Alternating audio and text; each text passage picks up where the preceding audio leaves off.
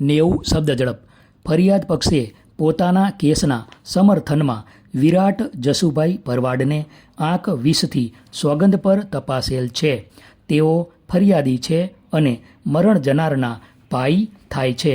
તેઓ પોતાની જુબાનીમાં જણાવે છે કે મરણ જનાર કનુભાઈના મિત્ર યશવંત તારીખ 4/5/2019ના રોજ તેમના ઘરે આવેલ અને જણાવેલ કે તેમના ભાઈને હાટકેશ્વર સ્મશાન પાસે કોઈકે માથામાં ઈજા કરેલ છે અને મરણ ગયેલ છે. તેથી શાહેદ અને તેમના પત્ની બંને બનાવ સ્થળે ગયા હતા. તેઓ ત્યાં પહોંચ્યા તે પહેલાં પોલીસ ત્યાં આવી ગયેલ હતી. ફરિયાદીએ જોયું તો મરણ જનાર તેમના ભાઈને માથામાં ઈજા થયેલી હતી અને લોહી નીકળેલ હતું અને બાજુમાં લોહીવાળો પથ્થર પડેલ હતો. તેમના ભાઈને પથ્થર વડે ઈજા કરેલી હતી. ત્યારબાદ ફરિયાદીએ તેમના સગા સંબંધીઓને બનાવની જાણ કરેલી. ફરિયાદીએ આ બનાવની ફરિયાદ નોંધાવેલી. ત્યારબાદ પોલીસે 3 છોકરાઓને પકડેલ હતા. તેથી ફરિયાદીને જણાવેલ કે આ કેસમાં 3 આરોપી પકડાયેલ છે, જે 3 વ્યક્તિઓના નામ કિરણ, સાહિલ અને કાયદા સાથે સંઘર્ષમાં આવેલ કિશોર હતો. ફરિયાદી બનાવ બન્યો તે સમયે સ્થળ પર હાજર ન હતા. તેમણે બનાવ નજરે જોયેલ ન હોવાનું જણાવેલ છે. તેથી ફરિયાદ પક્ષે તેમને ફરી ગયેલા સાક્ષી જાહેર કરેલ છે.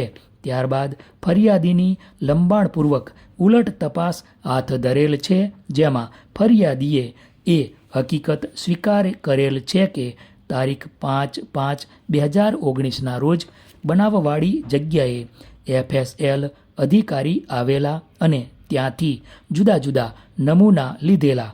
ફરિયાદીની ઉલટ તપાસ માટે બચાવ પક્ષને પૂરતી તક આપવા છતાં વિદ્વાન વકીલ ઉલટ તપાસ માટે હાજર રહેલ ન હતા.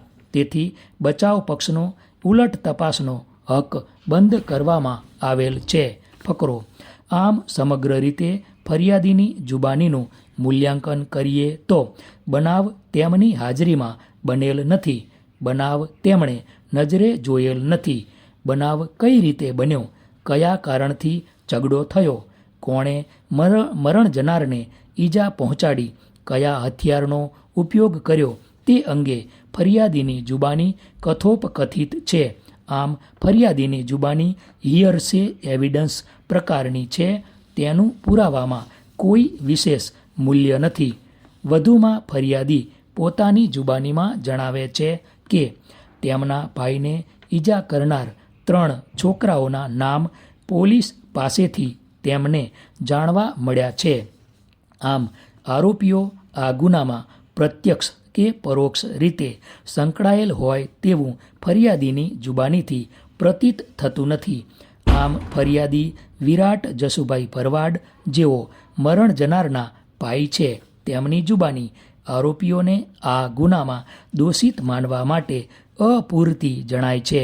વધુમાં ફરિયાદ પક્ષે તપાસેલ શાહેદોના પુરાવાને ધ્યાનમાં લઈએ તો માત્ર એટલું જ સાબિત થાય છે કે તારીખ 4/5/2019ના રોજ મરણ જનાર તરુણ ભરવાડને કોઈએ માથાના ભાગે પથ્થર મારી ગંભીર ઈજા પહોંચાડી તેનું ખૂન કરેલ છે.